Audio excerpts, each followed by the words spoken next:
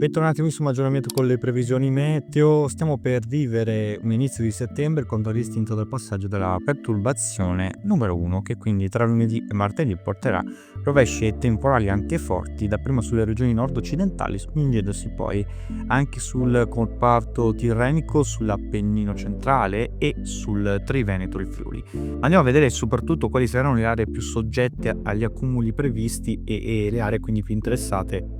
a forti piogge e temporali. Come vedete, il tempo andrà peggiorando proprio per la discesa di questo fronte instabile dovuto appunto alla saccatura che vedete situata sul Regno Unito. Questo passaggio veloce comunque porterà dei nubifragi localmente anche oltre i 100 mm,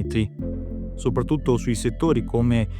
l'Alta Lombardia, soprattutto sulla Liguria e anche soprattutto sulle prealpi, nelle pedemontane venete e quelle friulane.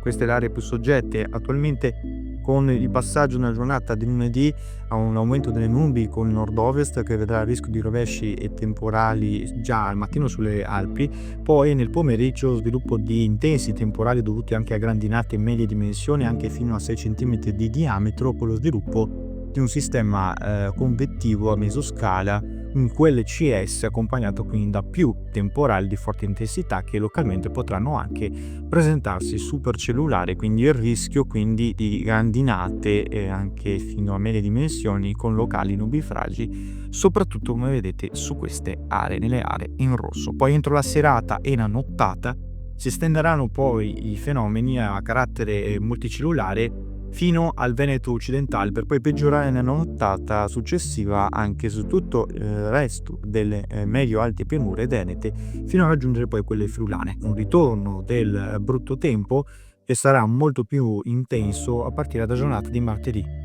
Come vedete, il fronte agirà soprattutto sulle regioni settentrionali. Il Triveneto è il più favorito, così come il Friuli, che vivrà in temporali più intensi. E attenzione anche già in mattinata al peggioramento lungo la Campania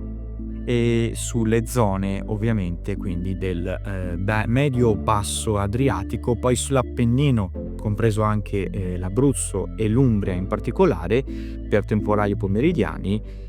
su queste zone, e poi entro la serata i fenomeni andranno attenuandosi a partire da nord-ovest verso sud-est, con la spinta di questi freschi venti nord-occidentali che porteranno quindi allontanando la perturbazione.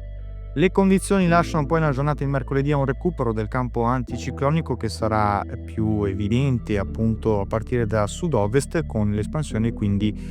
di un debole anticiclone, comunque porterà temperature gradevoli quasi dappertutto, con possibilità di qualche locale fenomeno solo sulle Alpi orientali nel pomeriggio, ma in generale sarà stabile dappertutto. Poi come vedete le correnti invece più instabili di matrice atlantica rimarranno confinate solo sulla Gran Bretagna e come vedete anche sulla Spagna e la Francia. Qui avremo delle instabilità, ma attenzione perché poi sembra proiettarsi una fase con stabilità più netta anche nella fase successiva. Infatti nel weekend si prospetta una nuova rimonta anticiclonica a partire da sud-ovest, quindi rimonteranno anche le correnti più calde di matrice africana, che potranno anche portare a una nuova fase di tempo più stabile, soleggiato ma soprattutto caldo sulle zone meridionali e quelle centrali della penisola. A nord vivremo temperature attorno ai 29-31 gradi proprio previste tra sabato e domenica 7 del mese, invece al sud potremo superare di gran lunga i 32-33 gradi,